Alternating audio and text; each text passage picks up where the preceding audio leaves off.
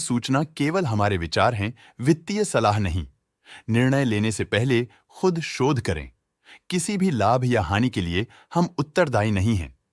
आज हम देख रहे हैं एनआईटी लिमिटेड के 2024-25 Q4 की standalone financial performance. Starting with the sales, पिछले क्वार्टर से सेल्स में -10% का डिक्रीज हुआ है, मगर कंपनी ने पिछले साल के मुकाबले मार्जिनल सेल्स डिक्लाइन रिपोर्ट किया, around -5%। Expenses -4% quarter on quarter decrease हो गए हैं, जो साल भर के 11.5% के राइज के साथ अलाइन करता है। एक्सपेंसेस में डिक्रीज अच्छा है, लेकिन सेल्स में डिक्रीज निराशा की बात है। ऑपरेटिंग प्रॉफिट, जो पिछले साल के कंपैरिजन में -107% डाउन हुआ है, quarter on quarter around -18.5% decrease हुआ है।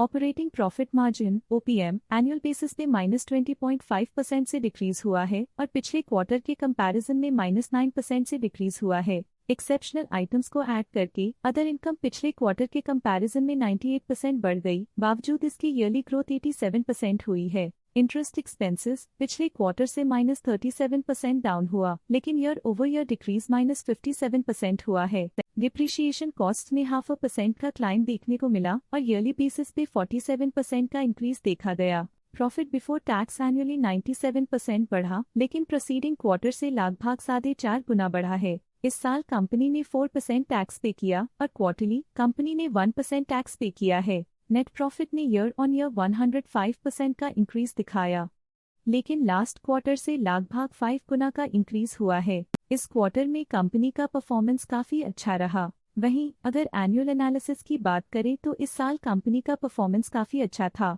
अर्निंग्स पर शेयर (EPS) में साल भर में अप्रॉक्स 2 गुना का इजाफा देखा गया, जो कंपनी की बेहतर परफॉर्मेंस को दिखाता है। साथ ही EPS ने क्वार्टरली पिछले क्वार्टर के मुकाबले काफी ज्यादा ग्रोथ देखी, जो कंपनी की शानदार परफॉर्मेंस को दिखाता है। इस क्वार्टर में कंपनी का EPS काफी अच्छा रहा। एनआईटी लिमिटेड के फाइनेंशियल स्नैपशॉट को रिव्यू करते हुए कुछ मुख्य ट्रेंड्स सामने आए हैं, जो कंपनी की परफॉर्मेंस में रोशनी डालते हैं। मार्च 2022 से मार्च 2025 तक एनआईटी लिमिटेड की फाइनेंशियल जर्नी में सबसे पहले बात करते हैं सेल्स की।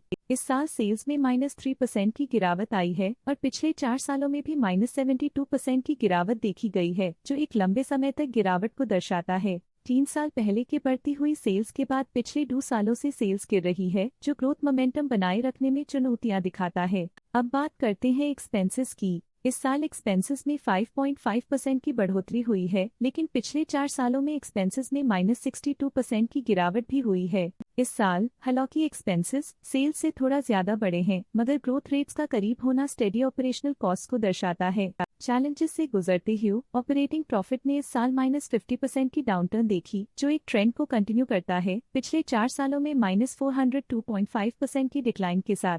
पिछले 3 साल से ऑपरेटिंग प्रॉफिट गिरता जा रहा है, जो जरूरी स्ट्रेटेजिक एडजस्टमेंट्स की इंपॉर्टेंस को दिखाता है। इस साल नेट प्रॉफिट में 4% की वृद्धि के साथ पिछले 4 सालों में -74.5% की गिरावट हुई है। लगातार 2 सालों तक प्रॉफिट में कमी के बाद इस साल नेट प्रॉफिट में हुए इजाफ ने एक टर्नअराउंड का संकेत दिया है, जो स्ट्रेटेजिक रीअलाइनमेंट्स का असर हो सकता है। इस साल EPS में 3% की वृद्धि हुई, हालांकि पिछले 4 सालों में -75% की गिरावट देखी गई है। लगातार 2 साल की गिरावट के बाद इस साल EPS में वृद्धि प्रॉफिटेबिलिटी में रिकवरी के शुरुआती साइंस देती है। चलिए अब बात करते हैं शेयर होल्डिंग पैटर्न की। एनआईटी की शेयर होल्डिंग रिपोर्ट्स कुछ इस प्रकार की हैं, जो अननोन 2025 के तक चलता है। ये रिपोर्ट कंपनी के शेयर्स की डिटेल्ड जानकारी देता है, जिसमें promoters, promoter groups, foreign investors, public investors और सरकारी एंटिटीज शामिल हैं। प्रमोटर्स शेयर होल्डिंग 2024 के दिसंबर में 37.22% से 2025 के में 37.19% तक डिक्रीज हो गया।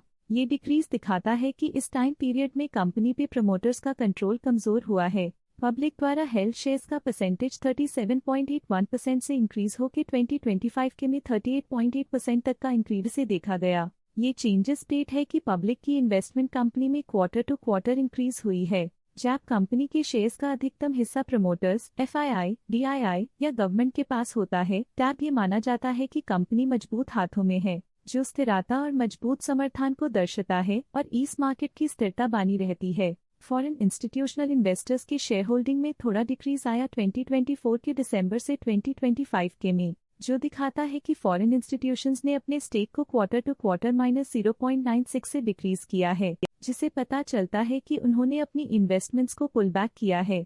ये था कंपनी का करंट शेयर होल्डिंग पैटर्न। आइए नजर डालते हैं कुछ प्रमुख प्रमोटर ट्रांजैक्शंस पर जो मार्केट के डायनामिक्स को रीशेप कर रही हैं। 18 फरवरी 2025 को संजय मैल ने 50,000 शेयर्स खरीद लिए 40.51 रुपीस पर यूनिट के हिसाब से, जिसका टोटल था 20.3 लाख। 18 फरवरी 2025 को योगेश कुमार भट्ट ने 25,000 शेयर्स खरीद लिए 80.61 रुपीस पर यूनिट के हिसाब से, जिसका टोटल था 20.2 लाख। इस क्वार्टर की प्रमोटर डील्स के विश्लेषण को समाप्त करते हुए हम उम्मीद करते हैं कि आपको ये जानकारियां नई इंसाइट्स प्रदान करती होंगी। चलिए झांकते हैं इस क्वार्टर की DII डील्स पर जो विशेष रूप से सुर्खियों में रही। 23 अप्रैल 2025 को ग्रेविटॉन रिसर्च कैपिटल LLP ने 8.2 लाख शेयर्स खरीद लिए 141.04 रुपीस पर यूनिट के हिसाब से, जिसका टोटल था 11.5 करोड़। 23 अप्रैल 2025 को ग्रेविटॉन रिसर्च कैपिटल LLP ने 8.2 लाख शेयर्स